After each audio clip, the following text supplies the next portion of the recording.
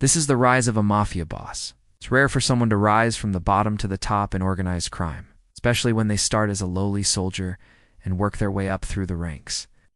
There are exceptions, of course, like Michael Corleone in The Godfather, but in real life, it's much more difficult. It requires patience, determination, and an uncanny ability to stay one step ahead of the law. This story is about a man who did exactly that. His name was Giuseppe Mafia, and he became the most feared mobster in New York City during the 1930s. Mafia was born in Italy in 1889 and immigrated to the United States at the age of 23. Like many other Italians at the time, he came to America in search of a better life, had no criminal record back home, but soon found himself involved with the Mafia after arriving in the U.S. This happened quite by accident, not because he had any intention of becoming a mobster himself. Mafia settled in New York City and opened up a grocery store in Little Italy. But his business wasn't very successful, so he took a second job as a chauffeur. This is where he met his first mafia boss, Salvatore Maranzano. Maranzano was the leader of one of the 5 original mafia families in New York City, and he was also the founder of the Italian-American Mafia Commission, which was a governing body made up of the bosses of the 5 mafia families. Maranzano was impressed with Mafia and quickly brought him into the fold, giving him a minor role in the family. This must have been a heady time for Mafia. As far as he was concerned, this was just a regular job. He probably didn't know much about the inner workings of the Mafia or the brutal nature of the organization. He may have thought that he could make good money working for the family without getting too involved. But that's not how the Mafia works. Even though Mafia started out as a low-level soldier, he quickly climbed the ranks and became one of the most trusted men in the organization. This is because he was a natural leader and had a knack for making people respect him. But there was another reason why Mafia rose so quickly through the ranks. It was because the Mafia was going through a major power struggle at the time known as the Castellammarese War. The war was fought between the families of Maranzano and another boss named Giuseppe Joe Massino. Both men wanted control of the illegal gambling and prostitution rackets in New York City, and they were willing to do anything to get it. When the fighting broke out, Maranzano put Mafia in charge of his security detail, a position that required him to be ruthless and efficient. Boy, was he ever. He led his team of soldiers in ambushes and assassinations, taking out rivals left and right. It was during this time that Mafia earned the nickname Joe the Boss. He used his street smarts and charisma to great effect, often surprising his enemies with clever tactics and strategies. By the time the dust had settled, Mafia had proven himself to be a capable and deadly leader, and so Maranzano promoted him to the rank of captain. With his new position, Mafia now had control over a crew of about 200 men. He continued to expand the family's criminal empire, setting up illegal gambling houses, brothels, and bootlegging operations. But he wasn't done yet. He had his eyes set on the top spot in the organization. In 1931, Maranzano was arrested on federal charges. This gave Mafia the opportunity he needed to make his move. With Maranzano out of the picture, Mafia took over the family and became the most powerful mobster in New York City.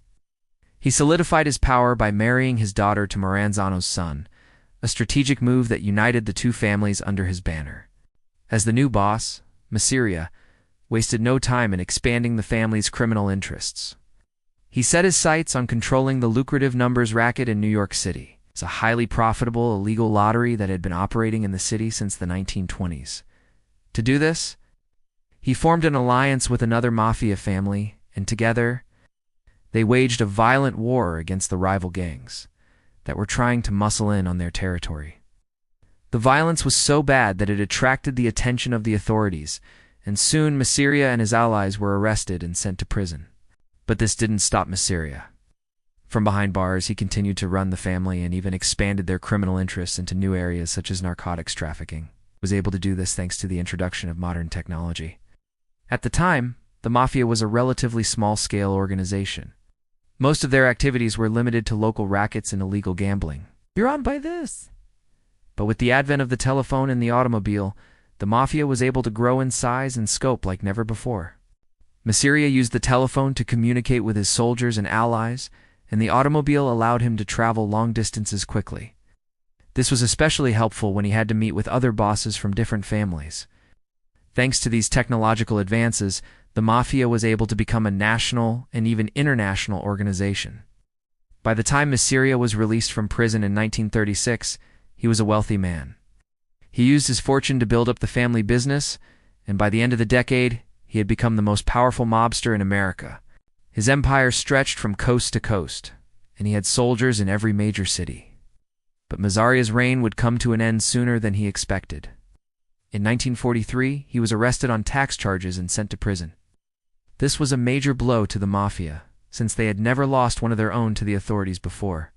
For once, they couldn't use their connections to get him out. Once Mafia was locked up, the other bosses moved in and took over his territory. They divided up his soldiers among themselves, and soon the once mighty Mafia family was no more. Although Mafia was dead, his legacy lived on.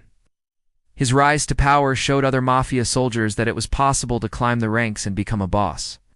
All it took was a little bit of luck, a lot of hard work, and a willingness to do whatever it took to stay ahead of the game.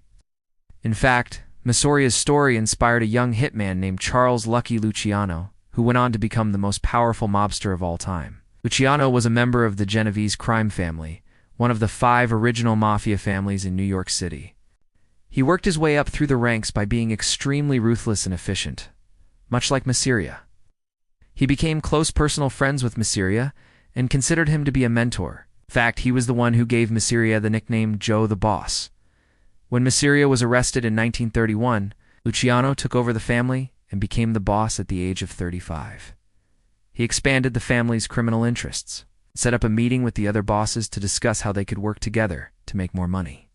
This meeting was known as the Apalachicola meeting, and it resulted in the creation of the Commission, a governing body made up of the bosses of the 5 Mafia families. The purpose of the Commission was to regulate the various criminal activities of the Mafia, and to make sure that each family stayed in their own territory. Luciano was the first boss to realize the importance of business and that the Mafia could make more money if they worked together instead of against each other. He also realized that the Mafia needed to change with the times and adapt to new technologies. He embraced the use of the telephone and the automobile and used them to expand the family and criminal interests across the country. By the time Luciano was arrested in 1946, he had become the most powerful mobster in America. His arrest was a major blow to the Mafia, but it didn't break them. The other bosses simply picked up where he left off, and the criminal empire continued to thrive. After Mazzaria's arrest in 1936, the Mafia went into a period of decline. They lost their most powerful member, and the other bosses weren't able to fill his shoes. The FBI began to break down the walls of the Mafia and make inroads into the criminal organization. By the 1960s, the Mafia was a shell of its former self. However, the Mafia was able to make a comeback thanks to a group of young mobsters who were inspired by the stories of Mafia and Luciano. These men were known as the New Generation, and they revitalized the Mafia by bringing in new ideas and methods. They were also more willing to work with law enforcement, which helped them avoid the kind of scrutiny that had brought down the old guard. One of the most successful members of the New Generation was Anthony "Fat Tony" Salerno. He was the boss of the Genovese crime family and played a key role in the commission.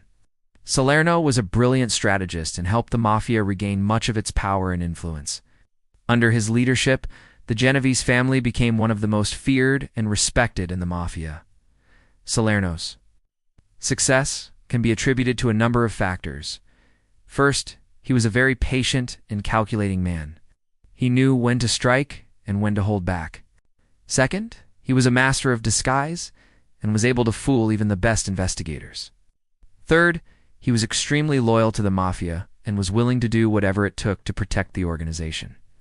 Finally, he was a great leader and was able to inspire others to follow him. Sadly, Salerno's reign came to an end in 1976 when he was arrested on racketeering charges. He spent the last 10 years of his life in prison and died in 1982 at the age of 69, but his legacy lives on.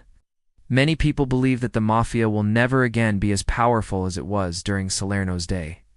Those were some of the most dangerous mobsters in history. If you enjoyed this video, watch another one on the screen now.